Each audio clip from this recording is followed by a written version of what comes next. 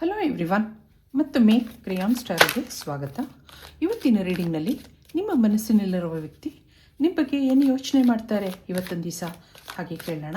ಇದೊಂದು timeless general candle wax reading ಆಗಿರುತ್ತೆ, ಹಾಗೆ ಕಲೆಕ್ಟಿವ್ ಎನರ್ಜಿನಲ್ಲಿರುತ್ತೆ. ಯಾರ್ಯಾರು ನನಗೆ ಸಬ್ಸ್ಕ್ರೈಬ್ ಮಾಡ್ತಾ ಇದ್ದೀರಾ, ಕಮೆಂಟ್ಸ್ ಮಾಡ್ತಾ ಇದ್ದೀರಾ, lot of thanks to you. ಇದೊಂದು ಜನರಲ್ ರೀಡಿಂಗ್ ಆಗಿರುತ್ತೆ. ನಿಮ್ಮ ಲೈಫಲ್ಲಿ ಹೆಚ್ಚಿನ ಕ್ಲಾರಿಟಿ ಬೇಕಿದ್ದರೆ ನೀವು ಪರ್ಸ್ನಲ್ ರೀಡಿಂಗ್ ತೊಗೋಬಹುದು, ಹಾಗೆ ನನ್ನ ಹಳೆ ವೀಡಿಯೋಗಳನ್ನ ಸಹ ನೋಡಬಹುದು. ಇದು ಟೈಮ್ಲೆಸ್ ಆಗಿರುತ್ತೆ, ನೀವು ಯಾವಾಗ ನೋಡಿದ್ರೂ ಅನ್ವಯಿಸುತ್ತೆ. ಈಗ ಕ್ಯಾಂಡಲ್ ವ್ಯಾಕ್ಸ್ ರೀಡಿಂಗ್ ಮಾಡೋಕ್ಕೆ ಮುಂಚೆ ಸ್ವಲ್ಪ ಕಾರ್ಡ್ಸ್ ನೋಡೋಣ. ನಿಮ್ಮ ಬಗ್ಗೆ ಇವತ್ತು ಅವರು ಏನು ಯೋಚನೆ ಮಾಡ್ತಾ ಇದ್ದಾರೆ. ಇಲ್ಲಿ 4 ಆಫ್ ಕಪ್ಸ್ ಬರ್ತಾ ಇದೆ, ವೀಲ್ ಆಫ್ ಫಾರ್ಚೂನ್, ಇದು ನಿಮ್ಮ ಎನರ್ಜಿ ಆಗಿರುತ್ತೆ. ಇದು ನೀವು ಇಷ್ಟಪಡ್ತಾ ಇರುವ ವ್ಯಕ್ತಿ, ನಿಮ್ಮ ಮನಸ್ಸಿನಲ್ಲಿರುವ ವ್ಯಕ್ತಿ ಎನರ್ಜಿ ಆಗಿರುತ್ತೆ. ಇಲ್ಲಿ ಬಾಟಮ್ನಲ್ಲಿ ಏನಿದೆ, 2 ಆಫ್ ಕಪ್ಸ್ ಬರ್ತಾ ಇದೆ. ಇಲ್ಲಿ ಇಬ್ಬರಲ್ಲೂ ಅನ್ಸೆಟ್ ಫೀಲಿಂಗ್ಸ್ ಇದೆ, ಇಬ್ಬರು ಹೇಳ್ಕೊತಾ ಇಲ್ಲ, ಏನೋ ಕನ್ಫ್ಯೂಷನ್ಸ್ ಇದೆ, ಮಿಸ್ಅಂಡರ್ಸ್ಟ್ಯಾಂಡಿಂಗ್ಸ್ ಇದೆ. ಒಬ್ರನ್ನೊಬ್ರು ಇಷ್ಟಪಡ್ತಾ ಇದ್ದೀರಾ, ಇಬ್ಬರಲ್ಲೂ ಲಾಟ್ಸ್ ಆಫ್ ಇಮೋಷನ್ಸ್ ಇದೆ, ಅನ್ಸೆಟ್ ಫೀಲಿಂಗ್ಸ್ ಇದೆ, ಎಕ್ಸ್ಪ್ರೆಸ್ ಮಾಡ್ಕೊಳಕ್ಕಾಗ್ತಾ ಇಲ್ಲ.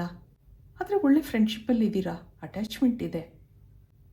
ಆ ಒಂದು ಎನರ್ಜಿ ಇಲ್ಲಿ ಬರ್ತಾ ಇದೆ. ಇಲ್ಲಿ ನಿಮ್ಮ ಎನರ್ಜಿ ನೋಡಿದಾಗ ಏನೋ ಹೀಲಿಂಗ್ ಪ್ರೊಸೆಸ್ನಲ್ಲಿದ್ದೀರಾ, ನಿಮ್ಮನ್ನು ನೀವು ಸಮಾಧಾನ ಮಾಡ್ಕೋತಾ ಇದ್ದೀರಾ, ಆ ವ್ಯಕ್ತಿನ ಇಷ್ಟಪಟ್ಟಿದ್ದೀರಾ, ಸರಿ, ತುಂಬ ಇಮೋಷ್ನಲಿ ಅಟ್ಯಾಚ್ ಆಗಿದ್ದೀರಾ.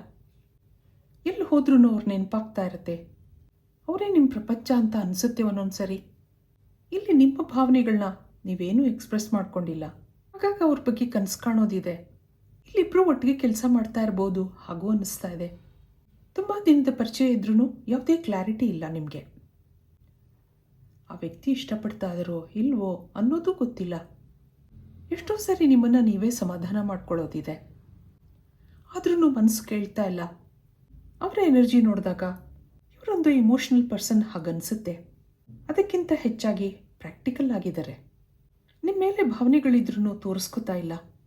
ನೀವಿಷ್ಟ ಆಗಿದ್ದೀರಾ, ನಿಮ್ಮ ಫ್ರೆಂಡ್ಶಿಪ್ ಇಷ್ಟ ಆಗಿದೆ, ಅದ್ರ ಬಗ್ಗೆ ನಿರ್ಧಾರ ತಗೊಳ್ಳೋಕ್ಕೆ ಯಾಕೋ ಮನಸ್ಸು ಒಪ್ತಾ ಇಲ್ಲ.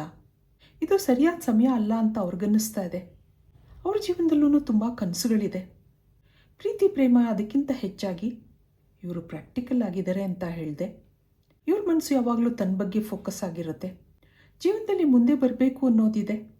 ಆ್ಯಸ್ ಎ ಫ್ರೆಂಡ್ ನಿಮ್ಮನ್ನು ಇಷ್ಟಪಡ್ತಾರೆ, ಆದರೆ ಅದಕ್ಕಿಂತ ಹೆಚ್ಚಿಂದು ಇನ್ನೂ ಅವ್ರು ಯೋಚನೆ ಮಾಡಿಲ್ಲ ಇಲ್ಲಿ ಅನ್ನೋದಿದೆ. ಇದಕ್ಕೆ ಇಲ್ಲಿಂದ ಒಂದು ಕಾರ್ಡ್ ನೋಡೋಣ, ಇಲ್ಲಿಂದ ಹೆಚ್ಚು ಕ್ಲಾರಿಟಿ ಬರುತ್ತೆ. ಅವ್ರ ಮನಸ್ಸಲ್ಲಿ ಏನಿದೆ ಹಾಗೆ ನೋಡಿದಾಗ ಇರ್ರೆಸ್ಪ್ಲೇಸಬಲ್, ಇಲ್ಲೊಂದು ಕೆಮಿಸ್ಟ್ರಿ. ಬಾಟಮ್ನಲ್ಲಿ ಏನಿದೆ, responsibilities, I have to take care of my financial and emotional needs ಅನ್ನೋದು ಬರ್ತಾ ಇದೆ ನೋಡಿ.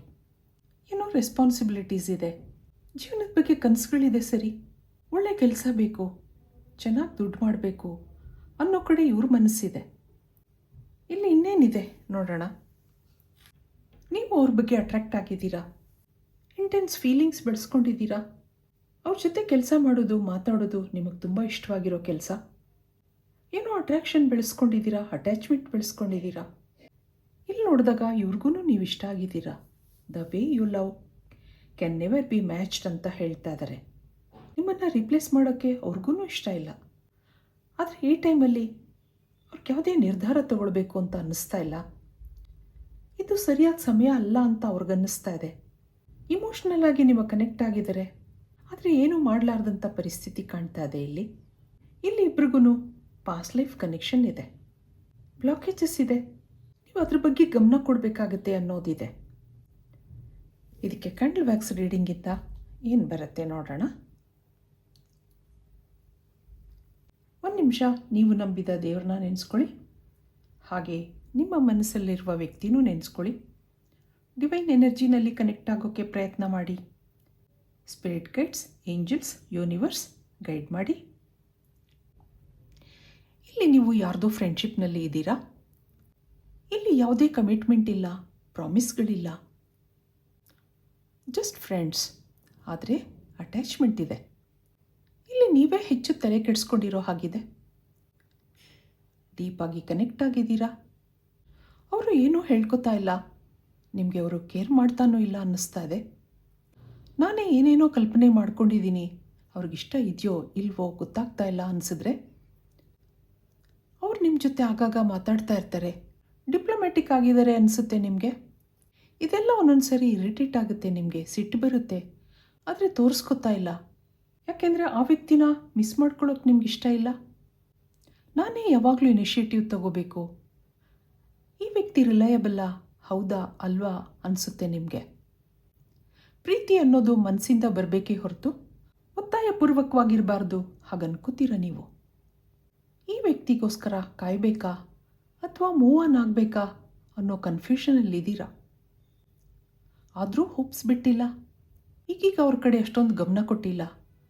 ಸ್ವಲ್ಪ ದಿನ ನೆಗ್ಲೆಕ್ಟ್ ಮಾಡಿದ್ರೆ ಸರಿಯಾಗುತ್ತೆ ಅಂದ್ಕೊಂಡಿದ್ದೀರಾ. ಅವರ ಎನರ್ಜಿ ನೋಡಿದಾಗ ಲಾಟ್ಸ್ ಆಫ್ ಮಿಕ್ಸ್ಡ್ ಫೀಲಿಂಗ್ಸ್ ಬರ್ತಾ ಇದೆ. ಅಸಂಖ್ಯಾತ ಭಾವನೆಗಳ ಮಿಶ್ರಣ ಕಾಣ್ತಾ ಇದೆ. ನಿಮ್ಮ ಮೇಲೆ ಇಂಟ್ರೆಸ್ಟ್ ಇದೆ, ಅದು ಹೈ ಲೆವೆಲ್ನಲ್ಲಿ. ನೀವೇನು ಅನ್ಕೋತೀರೋ ಅನ್ನೋ ಯೋಚನೆ ಬರ್ತಾ ಇದೆ.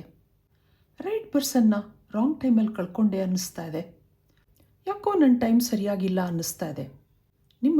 ನಿಮ್ಮ ಫೀಲಿಂಗ್ಸ್ನ ಅರ್ಥ ಮಾಡ್ಕೊಂಡಿದ್ದಾರೆ, ಆದರೂ ಏನೂ ಹೇಳೋಕ್ಕಾಗ್ತಾ ಇಲ್ಲ.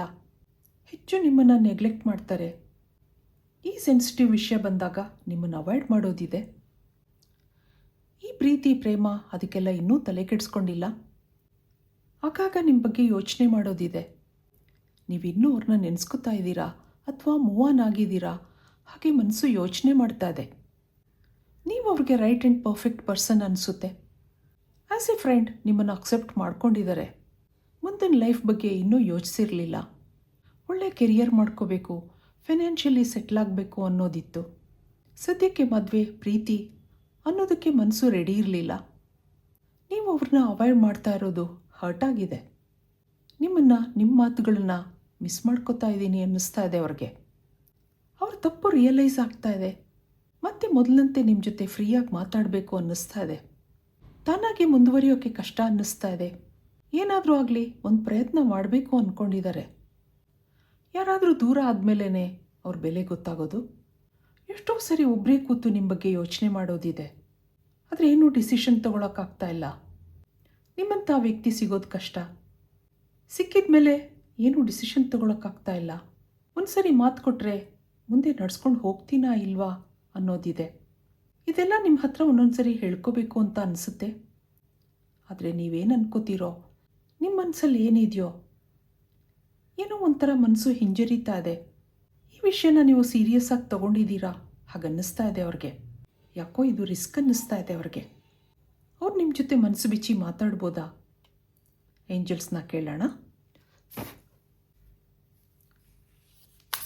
ಏನು ಕಾರ್ಡ್ಸ್ ಬರುತ್ತೆ ನೋಡೋಣ.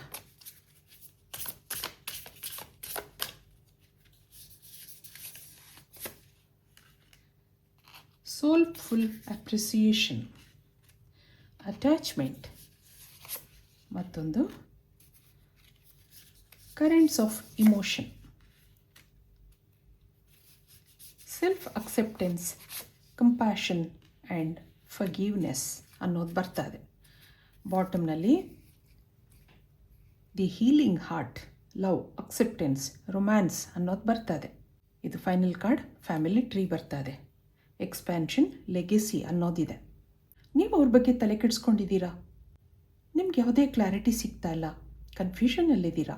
ಇಲ್ಲಿ ಏಂಜಲ್ಸ್ ಏನು ಹೇಳ್ತಾ ಇದ್ದಾರೆ, ಇಲ್ಲಿ ಮುಂದೆ ನಿಮ್ಮನ್ನು ಅವರು ಅಕ್ಸೆಪ್ಟ್ ಮಾಡ್ಕೋತಾರೆ ಅನ್ನೋದು ಬರ್ತಾ ಇದೆ. ಹಾಗೆ ರೊಮ್ಯಾಂಟಿಕ್ ಫೀಲಿಂಗ್ಸ್ ಇದೆ. ಇಲ್ಲಿ ಇನ್ನೇನಿದೆ ನೋಡೋಣ. ಇಬ್ಬರಲ್ಲೂ ಅನ್ಕಂಟ್ರೋಲ್ಡ್ ಫೀಲಿಂಗ್ಸ್ ಇದೆ. ನಿಮ್ಮ ಈ ಫ್ರೆಂಡ್ಶಿಪ್ ಮುಂದುವರಿಯುತ್ತೆ, ಎಕ್ಸ್ಪ್ಯಾಂಡ್ ಆಗುತ್ತೆ ಅನ್ನೋದು ಬರ್ತಾ ಇದೆ. ಇಲ್ಲಿ ಮುಂದೆ ಅವರು ನಿಮ್ಮನ್ನು ಅಕ್ಸೆಪ್ಟ್ ಮಾಡ್ಕೋತಾರೆ ಅನ್ನೋದಿದೆ. ಇದು ಇವತ್ತಿನ ರೀಡಿಂಗ್ ಆಗಿರುತ್ತೆ. ಮತ್ತೆ ಇಂಥದೇ ರೀಡಿಂಗ್ ಕೇಳಬೇಕು ಅನಿಸಿದ್ರೆ ನನ್ನ ವೀಡಿಯೋಸ್ನ ಲೈಕ್ ಮಾಡಿ, ಶೇರ್ ಮಾಡಿ, ಸಬ್ಸ್ಕ್ರೈಬ್ ಮಾಡಿ. Thank you for watching. Be happy always.